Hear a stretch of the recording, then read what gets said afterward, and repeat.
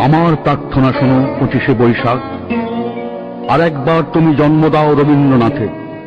হতাশায় স্তব্ধ বাক্য, ভাষা চাই আমরা নির্বাক। পাঠাবো মৈত্রীর বাণী সারা পৃথিবীতে জানিতে। রবীন্দ্রনাথের কণ্ঠে আমাদের ভাষা যাবে শোনা, ভেঙে যাবে রুদ্ধশ্বাস নিরুদ্যম সুদীর্ঘ মৌনতা। আমাদের দুঃখ সুখে ব্যক্ত হবে প্রত্যেক রচনা, পীড়নের প্রতিবাদে উচ্চারিত হবে সব কথা।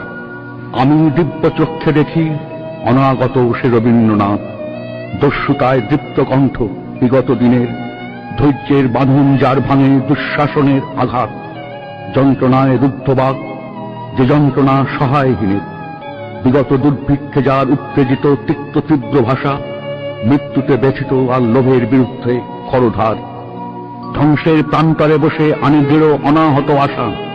তার জন্ম অনিবার্য, তাকে ফিরে পাবই আবার। রবীন্দ্রনাথের সেই ভুলে যাওয়া বাণী অকস্মাৎ করে কানাকানি, দামামা ওই বাজে, দিন বদলের পালা এলো ঝড়যোগের মাঝে।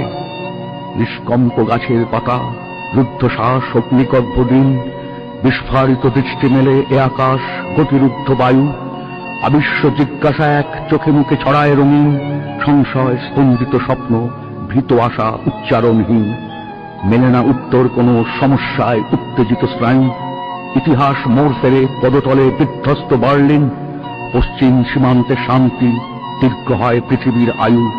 দিকে দিকে জয়ধ্বনি, কাঁপে দিন রক্তাক্ত আভায়। রাম রাবণের যুদ্ধে বিক্ষত এ ভারত জটায়ু, মৃতপ্রায় যুদ্ধাহত পীড়নে দুর্ভিক্ষে মৌন মুখ। পূর্বাঞ্চল দীপ্ত করে বিশ্বজন সমৃদ্ধ সভায়, রবীন্দ্রনাথের বাণী তার দাবি ঘোষণা করুক। এবারে নতুন রূপে দেখা দিক রবীন্দ্র ঠাকুর, বিপ্লবের স্বপ্ন চোখে কণ্ঠে গণসঙ্গীতের সুর। জনতার পাশে পাশে উজ্জ্বল পতাকা নিয়ে হাতে, চলুক নিন্দাকে ঠেলে গ্লানি মুছে আঘাতে আঘাতে। যদিও সেই অনাগত, তবু যেন শুনি তার ডাক, আমাদেরই মাঝে তাকে জন্ম দাও 25শে বৈশাখ।